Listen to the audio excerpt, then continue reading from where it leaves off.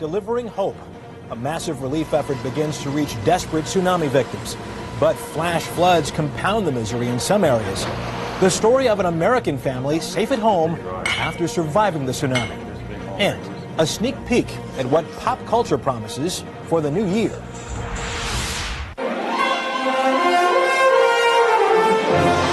This is the CBS Evening News with Russ Mitchell. And good evening. 2005 begins with an unprecedented global effort to help the millions of desperate tsunami survivors. Here's the latest. The relief campaign is struggling as the affected area is whipped by heavy rain, flash floods, and magnitude 6.5 aftershocks. The total of aid donations was pushed to over $2 billion today, when Japan pledged $500 million in assistance. The United States is promising $350 million. The U.S. is also launching one of its biggest military relief missions ever. Helicopters from the aircraft carrier Abraham Lincoln began distributing aid today to remote areas of Sumatra. This is the confirmed number of tsunami deaths is expected to surpass 124,000. We have 3 reports this evening from the disaster zone, beginning with Lee Cowan in the devastated Indonesian town Banda Aceh. Nowhere is the smell of death more pungent than in the islands of Indonesia, where the number of fatalities from last week's double-barreled hit is now expected to soar past 100,000. Indonesia's president admitted today the final death toll may never be known, with hundreds, perhaps even thousands of bodies swept back out to sea. What is most disturbing, though, nearly 7 days after the waves hit, is the almost routine way that death is now discovered. People just walk by, or they step over, or sometimes ignore the bodies laying in the streets, simply because there are so many. What isn't being bagged is being burned, in a race to beat what health experts fear could be an epidemic of disease, made worse by seasonal rains.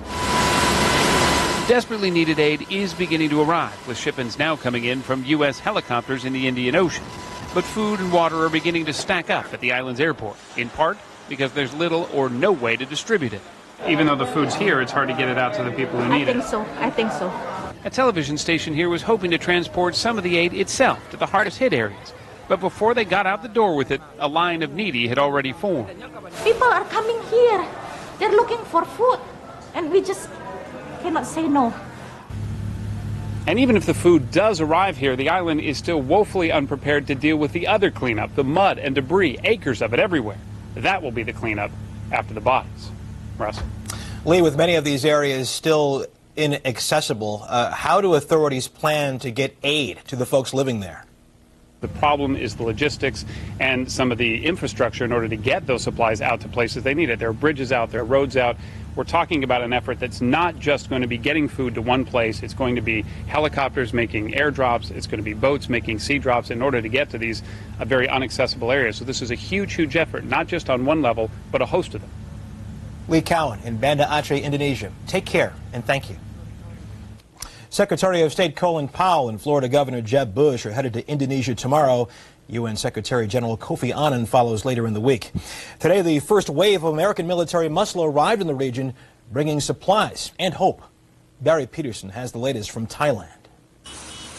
This was one of America's first missions of mercy, an Air Force C-130 with a plane load of injured tourists from resorts in southern Thailand. Like so many others, they were caught in the terror of the tsunami. Like so many others, they needed not just medical help, but a moment of comfort. For Flight Surgeon Major Gary Starr, the trauma of the injured cut to his heart. Just looking at the little subtle things around you and seeing people's eyes, knowing what's been going on, I think that's what's going to stick with me. From navigator on down, the only job was getting the injured off quickly.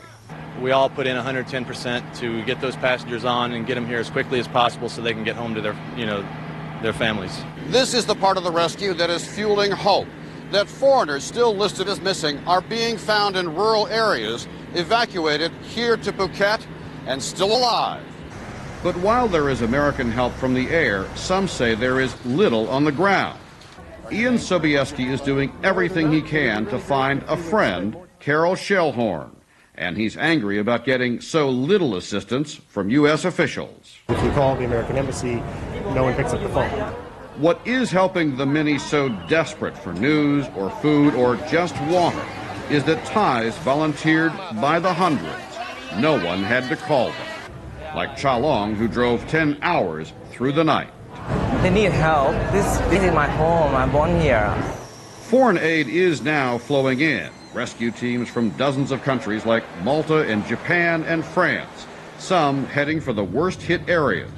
Others are helping foreigners who will go back to their homes with memories so different from what should have been the holiday of their dreams.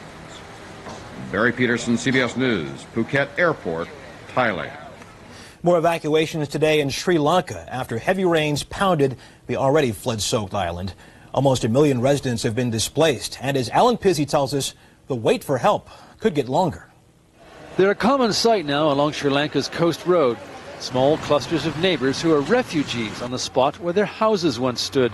They watch the traffic and wait for help. Patience is rewarded this time with packets that contain a meal of curry and rice. And by some unspoken rule, only those who really need it seem to reach out. Niana Pierashede certainly does. Her husband's fishing business was wiped out, she says, and the family of 5 has nothing left. The work that needs to be done immediately is intimidating. Dozens of fishing boats are stranded on the beach along this stretch of coast alone. And so far, only one crane and a lot of willing hands are available to get those that are intact back in the water. Now 28,000 people dead. That's, 9 times the amount of people who died on September 11th in the United States, in a country of 20 million with far fewer resources to deal with it. It's an overwhelming scope. And as that date is to America, so too the day of the tsunami is already part of the national conscience here. Traditionally on New Year's Day, people here put on new clothes, have a family feast, and wish each other well for the future. But as one man put it when he offered us a traditional greeting, Happy New Year, but not for Sri Lanka. Alan Pizzi, CBS News, Kasgoda. In this country, an outpouring of support for tsunami victims is leading to website crashes, along with millions of dollars in contributions. Joey Chen tells us what the nation and the world are doing to help. Thank you. You're welcome. I got another bag for you. Out of his parents' suburban Maryland home, 14-year-old Rashawn Badalianagay is running one of the smallest relief efforts for tsunami survivors. I just thought that I have to do something. Yes, I'm here. The Sri Lanka native is on his cell phone nearly non-stop, lining up shipments and setting up a bank account for donations that have come in through his simple website. Like charities small and large, Rashawn's been overwhelmed by the outpouring of internet contributions. So many donors clicked to give that computers at a number of aid agencies crashed.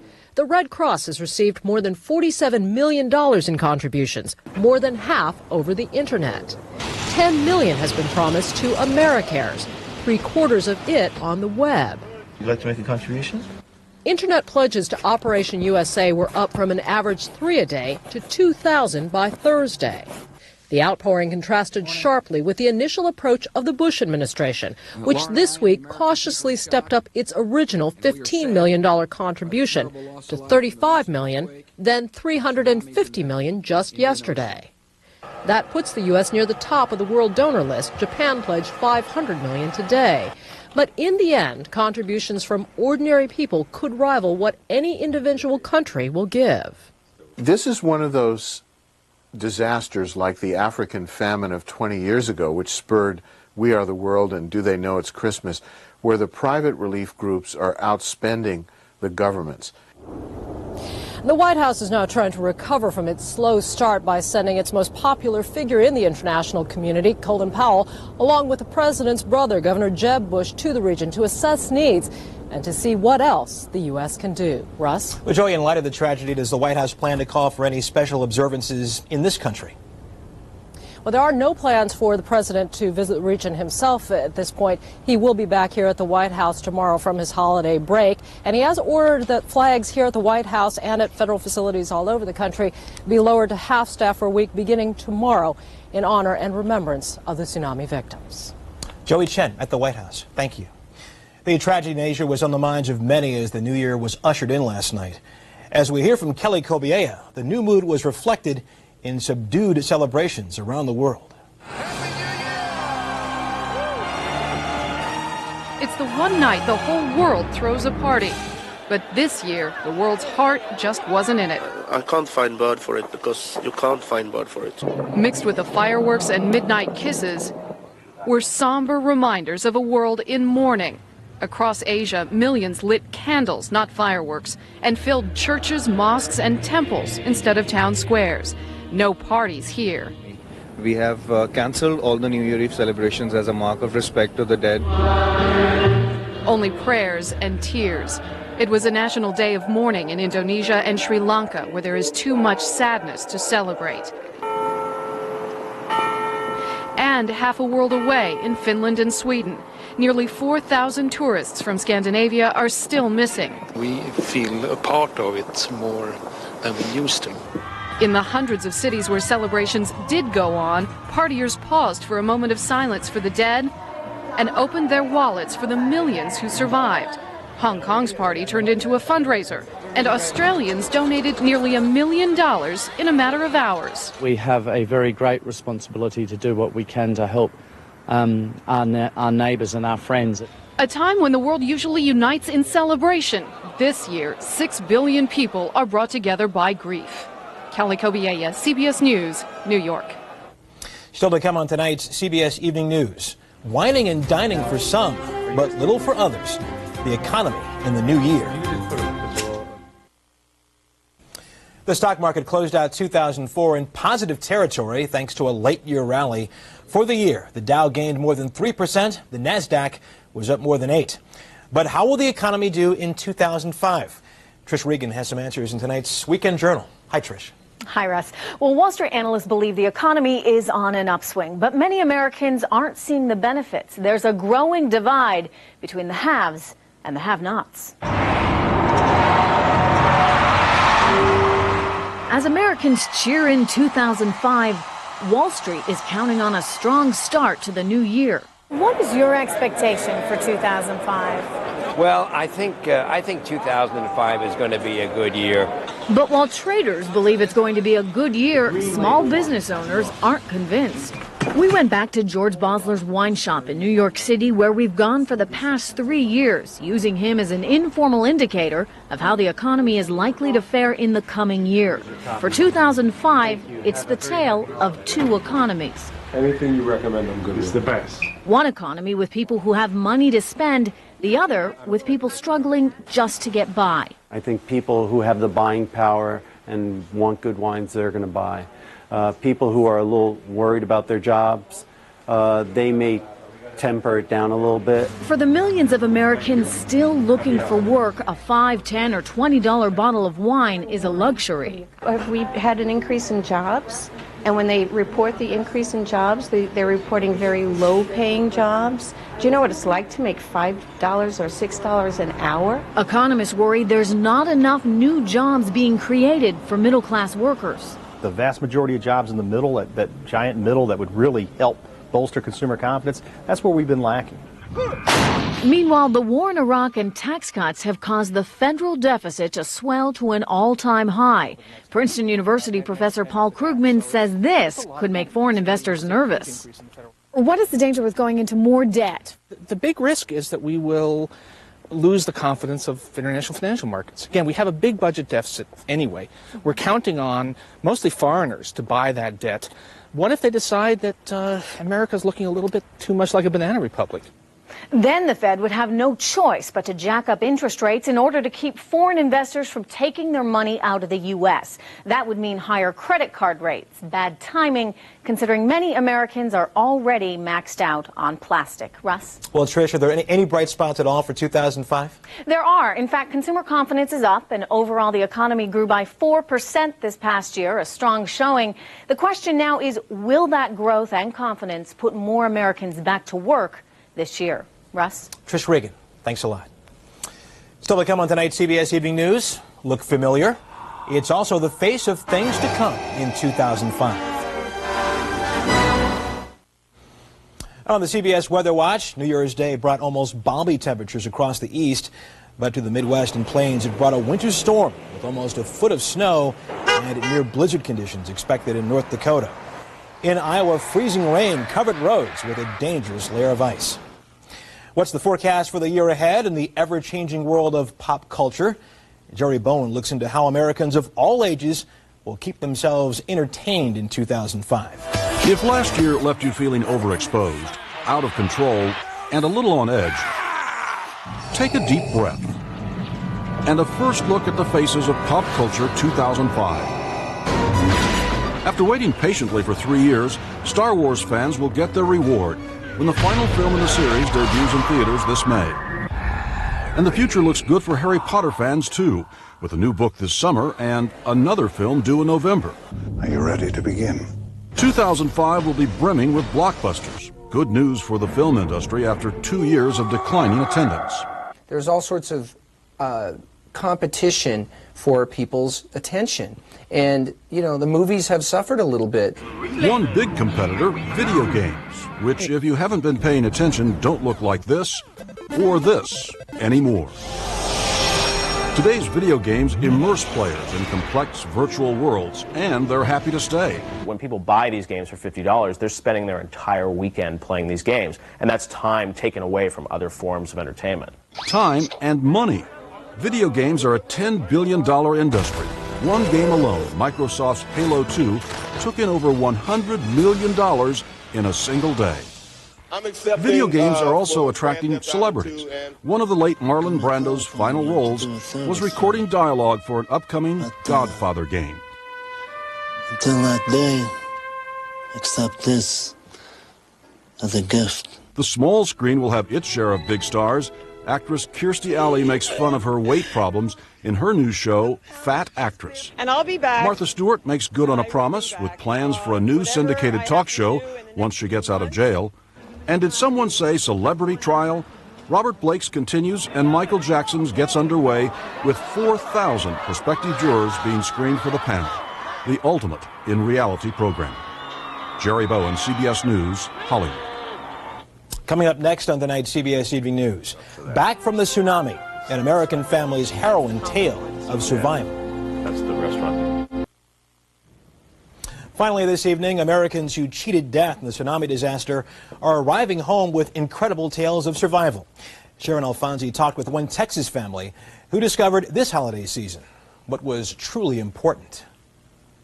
For the Rooney family, it was the vacation of a lifetime. Every day we said, what's the memory that, what's the best memory now?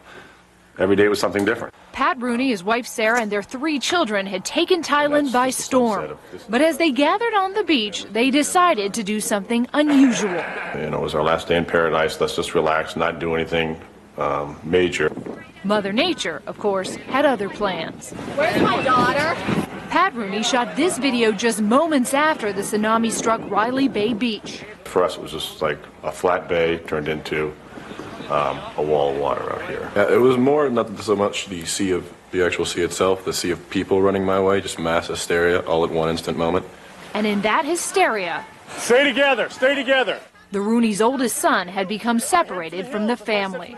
Where's Jordan? Inside, I'm sitting, oh my goodness, what is the worst that could happen? It begins to come to my mind every 15 seconds. Hours later, Jordan found his family. That night, they all slept together on top of a rock, or at least they tried. Logic said there was no way a wave could get this high, though you were still just a little bit nervous. Even the next morning, as they took a boat off the island. On the boat, Jordan and I were in the front of the boat looking out. I was still scanning the horizon. Only now can they look back. And that, it turns out, is the really tough part. Over 100,000 people are dead. We came back basically without a scratch. In a way, we did cheat death. The Rooneys say they'll go back one day, but for now they're enjoying another kind of paradise. Here's to being dry. Not exactly exotic, Here's to being home, right, Goose? but somehow more special than ever. Sharon Alfonsi, CBS News, Dallas, Texas. And that's the CBS Evening News. Later tonight, 48 Hours Mystery. Janet March was a vibrant young mother who vanished. Her husband says he and the kids now live in fear. We're taking a lot of extra security measures, but I can't really comment on them. Where is Mrs. March? A 48 Hours Mystery tonight. Tomorrow on Sunday morning, remembering the people we lost in 2004.